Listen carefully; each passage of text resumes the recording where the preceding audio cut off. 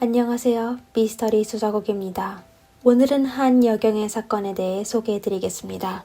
그녀는 6년 동안 해마다 사람 한 명을 숨지게 했는데 멈출 생각을 전혀 하지 않았습니다. 그럼 정의로웠던 여경은 어떻게 점차 연쇄로 사람을 해치는 범인이 되었을까요? 이 이야기는 남아프리카 공화국의 요하네스버그에서 시작되었습니다. 요하네스버그는 남아프리카에서 가장 큰 도시이며 빈민가가 곳곳에 퍼져 있는 곳이었습니다. 심각한 빈부격차의 그곳에는 범행사건이 아주 빈번했었는데요. 오늘 사건의 주인공 로즈메리 들로브가 바로 이 빈민가에서 태어났습니다. 1975년에 태어난 그녀는 6명의 형제자매가 있었는데 가정 형편이 안 된 모든 아이를 교육시킬 여유는 없었습니다. 로즈메리는 운이 좋은 아이로 고등학교를 졸업한 후 경찰이 되었는데요. 경찰의 직업이 아주 안정적이고 수입도 많아 로즈메리의 가족은 매우 자랑스러워했습니다. 그녀에 비해 나머지 형제자매는 가난에서 벗어나지 못하고 심지어 어떤 사람은 집세마저 지불할 여유가 전혀 되지 않았습니다. 하지만 수입이 가장 많은 로즈메리는 가족에게 도움을 거의 주지 않았습니다. 하지만 그녀의 남자친구 마바사와는 여자친구와 정반대였습니다. 마바사와 로즈메리는 2011년에 만나게 되었는데요. 그는 미국 영사관에서 운전기사로 일했었는데 연봉이 꽤 괜찮았습니다. 마바사에게는 13명의 형제자매가 있었고 그들 중 대부분은 힘들게 살고 있었습니다. 이에 마바사는 월급의 일부를 가족들에게 나눠줬었는데요. 사실 로즈메리는 도박 중독이 되어 돈만 있으면 항상 근처의 카지노로 가 도박을 하였습니다. 남아프리카의 빈민가에 불법 사건이 잦아 로즈메리는 가난한 친척들에게 보험을 가입하게 하여 가족들에게 무슨 나쁜 일이 생기면 보장할 게 있어야 하는 게 아니냐고 했습니다. 하지만 가난한 친척들은 생계를 유지하는데도 매우 힘들어 보였는데요. 보험 가입하는 돈을 어떻게 마련할 수 있을까요? 이때 항상 인색한 로즈메리는 이상하게 경찰의 신분으로 적극적으로 친척들을 도와 보험을 신청하게 했습니다. 하지만 사실 그녀는 친척들 몰래 보험을 가입한 거고 수익자를 본인의 이름으로 적었습니다. 그리고 그들은 하나둘씩 사고로 세상을 떠나게 되었습니다. 2012년 3월에는 로즈메리의 사촌동생 위트니스는 첫 번째로 사고를 당하게 되었는데요. 위트니스가 거주하는 곳에는 범행 사건이 자주 일어나 경찰은 그와 같은 가난한 사람이 실종하게 되면 자세히 조사하여 확인할 여력이 안 되었습니다. 위트니스의 가족은 할 수 없이 로즈메리에게 부탁하여 그를 찾아달라고 도움을 요청하였습니다.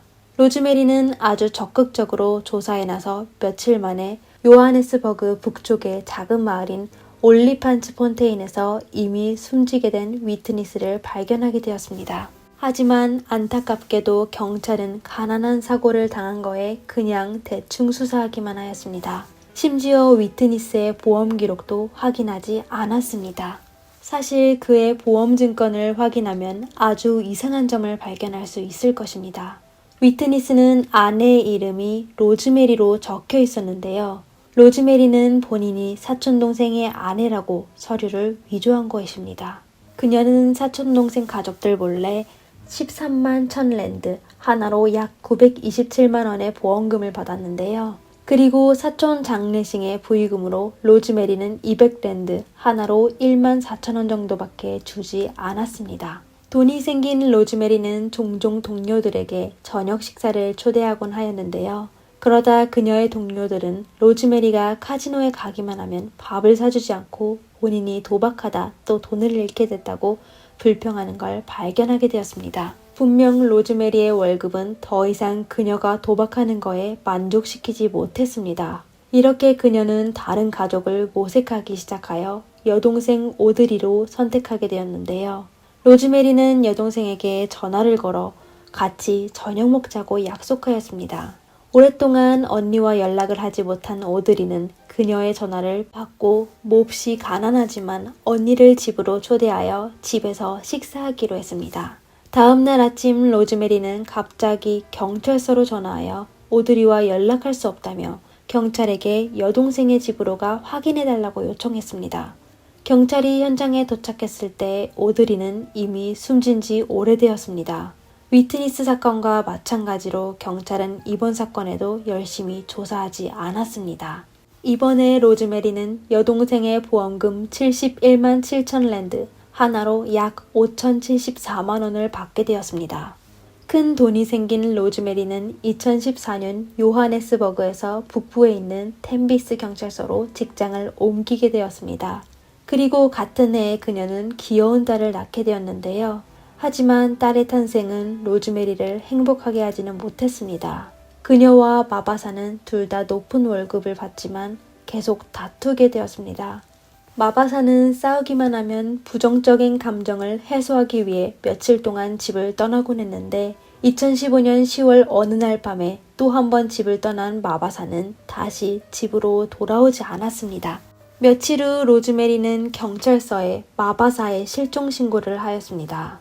추후 경찰은 올리판츠 폰테인의 한 외딴 거리에서 숨진 지 오래된 마바사를 발견하게 되었습니다. 마바사는 평생 다른 사람과 원한이 맺은 적이 없었고 또 누구와도 다툰 적이 없었습니다. 사건 당일 그는 여자친구 로즈메리와의 말다툼을 한 적이 있지만 그녀는 완벽한 알리바이가 있어 경찰 수사는 다시 미궁 속으로 빠지게 되었습니다. 연속 3번의 사고가 발생하고 수익자는 모두 로즈메리인데 그녀의 가족은 왜 그녀를 의심하지 않았을까요? 로즈메리는 아주 교활했는데 그녀는 경찰의 신분으로 보험 신청에 필요한 서류를 쉽게 취득하였습니다. 게다가 그녀는 피해자들의 서명을 위조해서요. 피해자들은 자신이 보험에 가입했다는 사실마저 몰라 보험 수익자가 로즈메리라는 사실은 더욱 알 수가 없었습니다. 그리고 사건 발생 이후 로즈메리는 매번 다른 경찰서로 찾아가 그녀에 대해 여러 경찰서에 공유할 수 없어 경찰은 그녀에게 유사한 일이 여러 번 있었다는 걸 알 수가 없었습니다. 하지만 이번에 보험 청구에 생각하지 못한 사항이 발생하게 되었는데요. 로즈메리는 마바사에 숨졌다는 증명서를 신청하기 위해 아이보리타운 경찰서를 찾아가게 되었습니다. 그러다 그녀는 우연히 대리경찰서장 마분다를 만나게 되었습니다. 그는 마바사의 사건을 확인하다가 이번 사건이 단순하지 않다고 생각하게 되었는데요. 이렇게 마분다는 보험회사로 연락하여 사건에 수사해야 할 사항이 있다며 보험금을 일단 지불하지 말라고 했습니다. 보험회사에서 로즈메리의 보험 신청을 거부하자 로즈메리는 아이보리타운 경찰서에서 소동을 벌였는데 경찰은 단시간에 그녀가 사람을 해쳤다는 증거를 찾을 수가 없어 할 수 없이 보험회사로 다시 연락하여 보험금을 지불하게 하였습니다. 이번에 로즈메리는 남자친구의 사고로 31만 6천 랜드, 하나로 약 2,236만 원의 보험금을 받게 되었습니다. 그리고 미국 영사관에서 제공한 10만 랜드, 하나로 약 707만 원의 연금도 이어받게 되었습니다. 연속으로 몇 번의 보험금을 받게 되어 로즈메리는 점점 더 방탕해져 돈이 떨어지면 족보를 보기 시작하였습니다. 2016년에 그녀가 또 쓸 돈이 없게 되자 그녀는 조카 젤레모타를 주목하게 되었는데요. 2016년 갈 곳이 없게 된 젤레는 로즈메리의 집으로 찾아가 몇 주만 있게 해달라고 하였습니다. 그러다 얼마 안 돼 젤레는 이상한 교통사고를 당하게 되었습니다. 다행히 의사는 그녀의 상황을 확인하여 별일 없으니 당일 퇴원할 수 있다고 하였습니다. 퇴원 후 젤레는 로즈메리의 집으로 돌아가 휴식을 취했습니다. 하지만 로즈메리는 다음날 아침에 젤레를 다시 병원으로 데려갔는데 그녀의 상황은 전날보다 훨씬 심각해졌습니다. 그녀는 병원에 도착하고 몇 분 만에 숨지게 되었는데 전날 그녀를 담당했던 의사는 젤레의 상태가 어제까지만 해도 그렇게 심각하지 않았다고 하며 정말 위독한 상황이면 병원에서는 절대 그녀를 퇴원하게 하지 않았을 거라고 하였습니다. 의사의 질문에 로즈메리는 정확한 답변을 주지 못하고 그냥 본인이 전날 밤에 마침 집에 없었다고 하였습니다. 그리고 너무 가난하여 살 곳도 없던 젤레는 생명보험에 가입하였습니다. 물론 수익자는 여전히 로즈메리였는데요. 이번에 그녀는 12만 랜드, 하나로 약 849만 원을 받게 되었습니다. 그리고 그때부터 아이보리타운 경찰서장 마분다 외에도 다른 사람도 그녀가 이상하다고 느껴지게 되었습니다. 그가 바로 템비사 남부경찰서의 보로르카 서장이었습니다. 2016년 12월 그의 관할 경찰서에 갑자기 20명이 넘는 사람들이 몰려들어갔습니다. 그들은 전부 로즈메리의 빚쟁이였습니다. 보로르카 국장은 로즈메리를 조사한 후 그녀의 행방이 아주 의심스럽다고 생각하게 되었습니다. 하지만 그녀를 기소하기에는 충분한 증거가 없었습니다. 이렇게 로즈메리는 악행을 계속하게 되었습니다. 2017년 4월 로즈메리의 조카 마예니가 실종되었습니다. 사고가 발생하기 전에 로즈메리는 마예니를 주유소로 데려갔습니다. 다음날 경찰은 로즈메리에게 전화하여 오리판스 폰트에서 숨진 마예니를 발견했다고 말했습니다. 하지만 이번엔 보험회사에서 로즈메리를 의심하기 시작했습니다. 보험증권에 로즈메리는 조카 마예니를 남편으로 기재했습니다. 하지만 보험회사에서 두 사람의 혼인신고를 요구하자 그녀는 제시할 수 없다고 말했습니다. 이렇게 보험회사는 그녀의 보험 청구서를 통과시키지 않았습니다. 2018년 로즈메리는 자신의 목표를 여동생 오드리의 아들 브릴리언트 마셰고로 정하게 되었습니다. 2018년 1월에 경찰은 길가에서 숨진 브릴리언트 마셰고를 발견하게 되었는데요. 추후 경찰 조사에 마지막으로 피해자를 본 사람이 로즈메리라는 걸 알게 되었습니다. 이번에 보험 신청서에 로즈메리는 마셰고를 자기 아들이라고 기록하였습니다. 지난번과 마찬가지로 보험회사에서 마셰고의 출생증명서를 제출해달라고 요청했을 때 로즈메리는 이번에 보험배상도 또 받을 수 없다는 걸 깨달았습니다. 그녀는 이미 도박으로 엄청 많은 빚을 지게 되어 가장 돈을 빨리 벌 수 있는 악독한 짓을 계속해야 했습니다. 이번에 그녀는 다른 한 명의 여동생 조이스를 해치기로 결정하였습니다. 조이스는 5명의 아이를 낳았는데 그중 가장 어린 아이는 겨우 6개월밖에 안 되었습니다. 늘 그렇듯이 로즈메리는 자신의 알리바이를 만들기 위해 자신을 도울 수 있는 사람을 찾기 시작했습니다. 이번에 그녀는 본인이 2011년에 체포한 비센트라는 남자를 찾아갔습니다. 비센트는 경찰인 로즈메리가 여동생의 일가족을 전부 해치겠다는 계획에 놀라게 되었습니다. 그는 로즈마리의 계획에 그녀를 돕는 척하였습니다. 그는 이 일에 참여하고 싶지는 않았지만 친구 앤드리스를 그녀에게 소개해줄 수 있다고 말했습니다. 이에 로즈메리는 동의했지만 빈센트가 바로 경찰서로 달려가 신고할 것이라고는 전혀 예상하지 못했습니다. 그리고 공교롭게도 빈센트가 찾아간 경찰서가 바로 템비사 남부 경찰서였습니다. 보로르카 국장은 빈센트의 진술을 듣고 바로 문제의 심각성을 깨닫게 되었습니다. 그는 인근 오린판스 폰트 경찰서의 마분다 서장에게 연락하여 두 사람은 신고 사건을 확인한 후 반부 패국과 정보부에 지원 요청을 하여 밤샘 계획을 잡아 2017년 3월 7일 새벽 3시에 특별 작전을 펼치기로 결정하였습니다. 그들은 빈센트에게 엔트리스로 위장한 경찰 요원을 데리고 로즈마리 앞에서 연기하게끔 하였습니다. 아침 7시에 빈센트와 가짜 앤드리스는 약속한 대로 승용차를 운전하여 LC병원으로 가 로즈메리를 픽업한 후 450km 멀리에 있는 부시버 크리지로 갔습니다. 그리고 그곳에 로즈메리의 여동생 조이스 일가족이 살고 있었습니다. 5시간의 운행시간 동안 로즈메리는 자신의 계획을 앤드리스에게 자세히 설명했습니다. 그녀는 두 사람을 여동생의 집 근처로 데려가 주위 환경을 확인하게 하고 본인은 여동생에게 감기약을 주러 갔습니다. 그녀는 가난한 여동생이 감기약조차 구매할 수 없다는 걸 잘 알고 있었습니다. 로즈메리는 여동생에게 그녀가 감기에 걸리면 빨리 약을 먹어야 된다며 아이들에게 전염되면 안 좋다고 하였습니다. 하지만 그 약은 사실 수면제였습니다. 로즈메리는 여동생 몰래 집 열쇠를 훔쳐 문 밖에도 날이 어두워지면 남자들이 여동생의 집으로 들어가 범행을 저지르게 하고 본인은 이미 병원에 돌아가 완벽한 알리바이를 만들 수 있을 거라 생각했습니다. nibahame ngingabashisa mara ukugwaza nokudubula ngimnikezele la philisi mjabulo yabona nangithi manje kuthi ngene isizini yomkhuhlane ngithi niwaphuze mani lala ngoba ayalalisa ukungena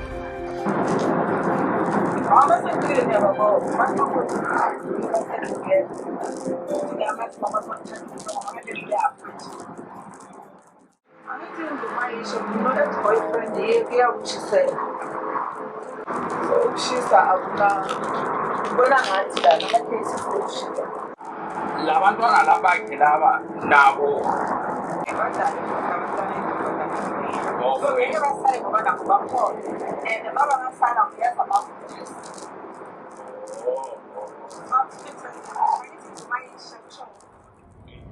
부시버크리지에 도착한 후 로즈메리의 뒤를 따라간 경찰은 바로 악독한 그녀를 체포하여 그녀의 동생 조이스 앞으로 데려갔습니다. 그리고 조이스에게 그녀의 악독한 계획을 알려줬습니다. 경찰의 진술을 듣게 된 조이스는 통곡하며 그게 사실이 아니라고 하였습니다.